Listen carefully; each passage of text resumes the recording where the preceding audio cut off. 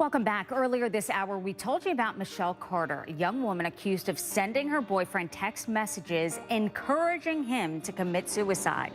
Prosecutors say it was because she wanted to become popular.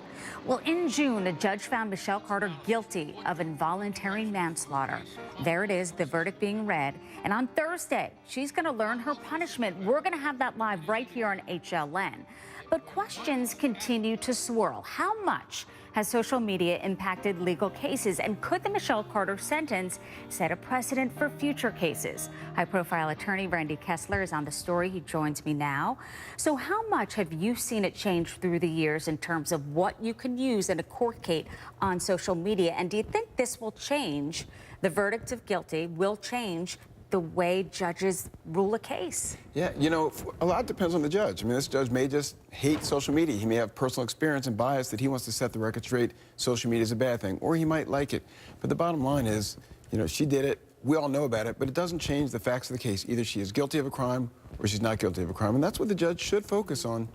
And in this case, it was really about the persuasion that this young girl had on this boy who sadly committed suicide at one point, saying he was scared to do it, and she almost said, no, continue to go on with what you planned.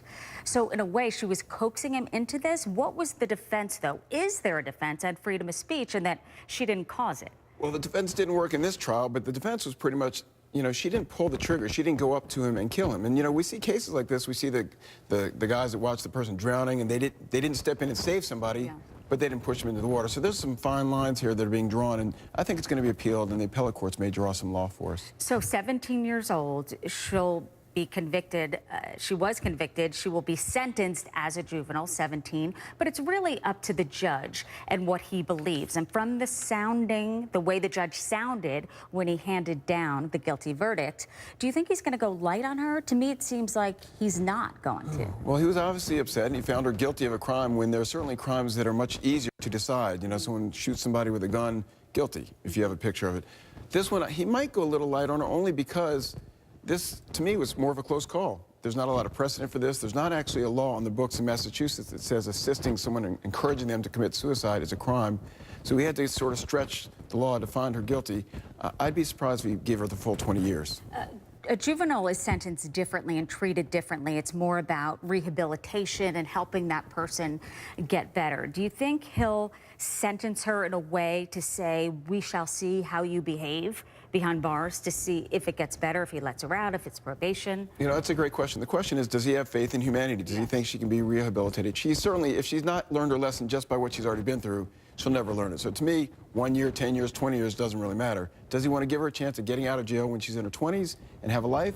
Or wait until she may be 40, 50, not that she wouldn't have a life at 40 or 50, but she would be a hardened criminal having been in jail for 20 years. And speaking of lessons, Randy, what does this teach not only younger generations, but everyone in terms of how they use social media? Their words on what they say. They're not seen necessarily, but they are heard. And once you put it out there, you can't take it back. Boy, I mean, this isn't all over the news from the presidential politics. Words matter.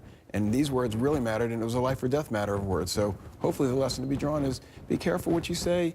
You know, sticks and stones, you know, words can hurt you. They can hurt you no matter what age. Randy Kessler, thank you. Good to see you. Good to see you. And you will see her get sentenced again this Thursday right here on HLN. The family of the 18-year-old killed in the Ohio State Fair accident plans to file a wrongful death lawsuit after a ride called the Fireball malfunctioned. The thrill ride spins and swings 40 feet off the ground. The family says they have hired a law firm to investigate this. They have not specified any defendants. Tyler had just joined the Marines days before his death. Ride operator Amusements of America said Friday they are committed to working with state and local experts on this and trying to determine the cause of the accident, and said the ride was inspected by their staff and independent inspectors too. Ride operator KMG told other facilities not to operate the ride until further details are known, of course. Joining us on the story is high-profile attorney Randy Kessler, back with us. So the law firm says they are investigating the incident. So who here is liable? When you buy a ticket to something like this, is there the fine print that you're liable for your own safety? You know, there's fine print and there's fine print. You know, leave your safe valuables not in your car. You know, that kind of stuff you should be responsible for. You can't waive the right for someone to kill you or commit this kind of crime. So it's either going to be the person who manufactured the ride, the person that didn't maintain the ride, the company that didn't inspect the ride. Somebody's at fault. This won't go to trial. Somebody's going to find out that they owe. Is it difficult for them to sort through who is liable? This took place at the Ohio State Fair on a ride manufactured by a Dutch company. The ride was operated by a New Jersey company. So who do you go after here? A whole bunch, and maybe even the state, because the state, you sort of feel like it's the Ohio State Fair. Maybe it's they've inspected it. They're going to figure out who it is. If they can find the defect in the product, then the company that manufactured the product is going to be it. But you know who they're going to go after?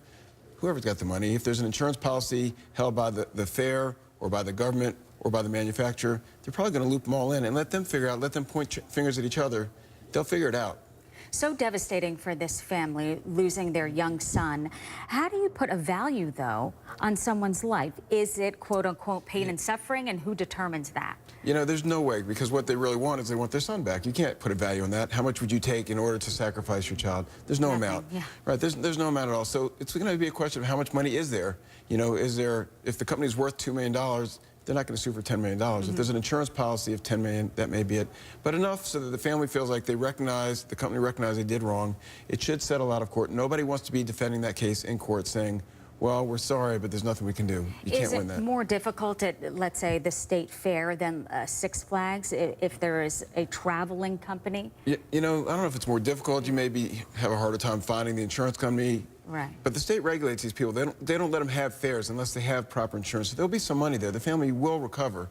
The question is, you know, some families don't really want the money. They want to make sure that nothing like this ever happens again. And if there's a way to guarantee that or put all their money towards that, it's going to be resolved. This is not the case that anyone wants to go to trial on, unless there's no choice. If the family says, I just want to go to trial just to show the world what happened, then you can't defend that. You got to go to trial. It is devastating. I'm reading here that his friend said he always had a smile on his face. If you were their family's attorney, is it difficult in dealing with a situation like this and walking them through the steps? It is horrible to do that, to see that vicariously, to go through that with somebody, whether it's a personal injury case or a divorce case. I mean, you see them. But we know that down the road, hopefully they'll come through and they'll be a little better off. And if we can make a difference, great. But it's nobody wants to be in that position. We were speaking earlier, and you can never predict this. Of course, if he didn't have his seatbelt on, if he wasn't strapped in correctly, that's not the case. And you put trust in the ride and where you're going, that it's going to be safe. You know, it's almost like you go to a doctor because you've got to have your right leg amputated and they take off the left leg. I mean, this is sort of a clear-cut. One thing you know when you go to a state fair, it's going to be good, clean, family fun. Not even a slight injury is expected, much less this. This is something that's so out of the ordinary. And the reputation damage to this company, they want it over. They sound like they're saying the right things. They're going to investigate. They're going to do the right thing. They're heartsick. And I'm sure they are. And we'll be following it. Randy, thank you. Good to see you.